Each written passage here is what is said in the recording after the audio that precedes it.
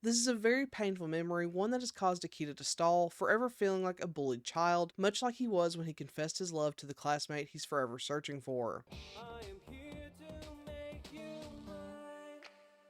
Hi, welcome back to my channel. Today, we'll be discussing Kabukicho Bad Trip, Ikeda and Rio by Eiji Nagisa. Before we get started, there will be spoilers, so if you don't want to be spoiled in this manga, go ahead and click off now. No worries, I'll catch you next time. For those of you who decide to stick around, let's go over some content warnings. There may be references to implied incest, not between the main couple, sexual assault, strained familial relationships, excessive drinking, obsession, perceived cheating, mental illness and or PTSD, underage smoking, homomesia, bullying, suicidal ideation, child abandonment, and discussions on body weight, as these things do appear in the manga. But if that's good with you, let's go and get started.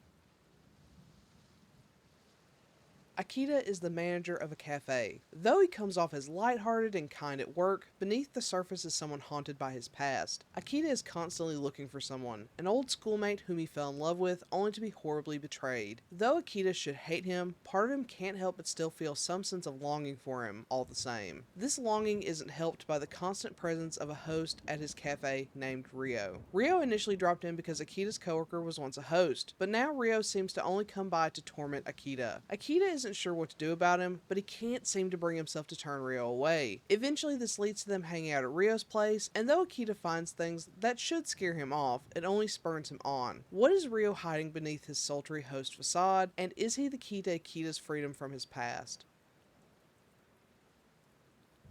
To start with, there's something about the art in this one that feels completely different from its predecessor, Kabukicho Bad Trip, and I don't mean in a good way. I'd actually say the art is much less consistent and in turn far worse in this title, which is a major bummer. The previous series was absolutely stunning, so the bar was super high this time around, and I don't think it came even close to reaching it. That doesn't mean the art is bad, but it certainly isn't on the same level as Kabukicho Bad Trip. It actually reminds me of titles by Cho Sang-duk, Wanna Do It being one. It's much more on the cartoony side, which isn't always bad, but not what I expected from this title. Unfortunately, the story is also a bit of a miss. The supernatural element of the first was a really interesting part that I was expecting to make either a reappearance or take some other form, but lo, it's nowhere to be found, minus a brief reference through a cameo. To me, this added to the distance between the two titles, which was very disappointing. However, having read the whole thing and seen what they were trying to achieve, having a supernatural element would have probably made this worse. It just didn't have the room to fit in anything else in this single volume title. And let's get into what it did try to fit into the story. We have Ikeda, who's haunted by the broken friendship he had with his crush. This is a very painful memory, one that has caused Ikeda to stall, forever feeling like a bullied child, much like he was when he confessed his love to the classmate he's forever searching for. But maybe even more painful and traumatizing is Rio's past, which is characterized by his parents' abandonment and then his brother's inappropriate touching. Though Rio fears his brother, he fears abandonment more, so he ultimately puts himself down to avoid losing what few connections he has. These are both compelling story elements, neither of which is explored in meaningful ways. We see them occur, we see how they affect our main characters, but both are suddenly resolved because of love. It's very disappointing. This is especially true when these two don't feel like they're really in love. With so much going on, the romance takes a back seat, leaving their relationship feeling just as hollow as every other aspect of this story. That's not to say there aren't strong points. The sexy time is very pretty and super spicy, there's some very emotional and powerful panels, and I do think their ultimate confessions to each other is super romantic, but all of these things are cobbled together with super weak narrative strings. It just left me feeling wanting in the worst way by the end.